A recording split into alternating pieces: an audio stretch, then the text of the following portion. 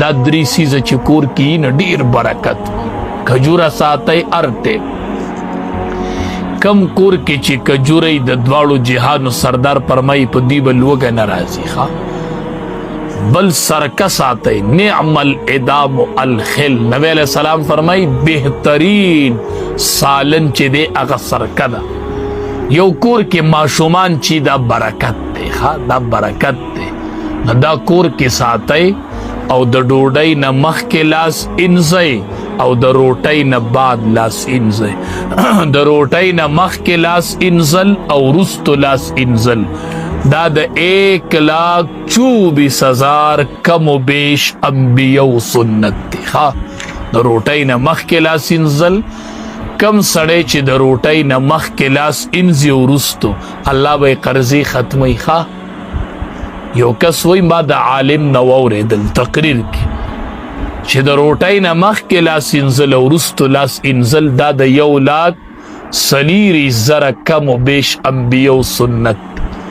ما په دې نیت شروع کړل چې دا سنت دی چې څومره قرضه مې وه الله مې هغه قرضه ختمه کړه دې کور کې به برکت دا به قرضداري کېږي نه چې د روټۍ نه مخکې لاس انځي او د روټۍ نه وروستو لاس انځي ماشومان په دې عادت کوي ماشومانو ته ټیم په ټیم وایي بچو د دواړو جهادو سردار چې به روټۍ خوړله مخکې به یې لاس انځل بچو لاس ووینځئ بچو نبی علیه الصلاة والسلام چې به روټۍ وخوړه وروستو به یې لاس انځل بیا بچو ته وایي بچو کله ناکله ترې تپوس کوئ بچو د نبی علیه السلام کومه میوه خوښه وه کومه میوه د دواړو جهادو سردار خوښه بیا ورته وایي کجوره او خربوزه دا د امام الانبیا پسندیده خوراک دا کور کې ساتئ یو صحابي وی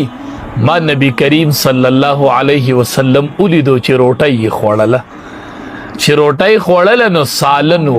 هغې سالن کې د کدو ټنګره پرته وه د کدو یوه ټنګره وه پکې ما د دواړو جهانو سردار ولید چې په هغې ټنګره پسې داسې لاس ګرځو د کدو هغه ټنګره یې په نوڼۍ راغستله نو داسې پسې لاس ګرځو وایي ما چې نبی علیه السلام ولید چې د کدو په ټنګره پسې لاس ګرځئ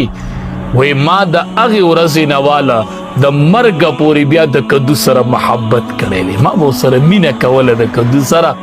ما د دواړو جهادو سردار لیدلی دی نو بچي ټیم په ټیم پوهوئ یا بچو ته وایي بچو روټۍ چې خورئ نو نوڼۍ په 3 ګوتو اوچتول سنت دی وایي بچو په دې 3 ګوتو باندې نوڼۍ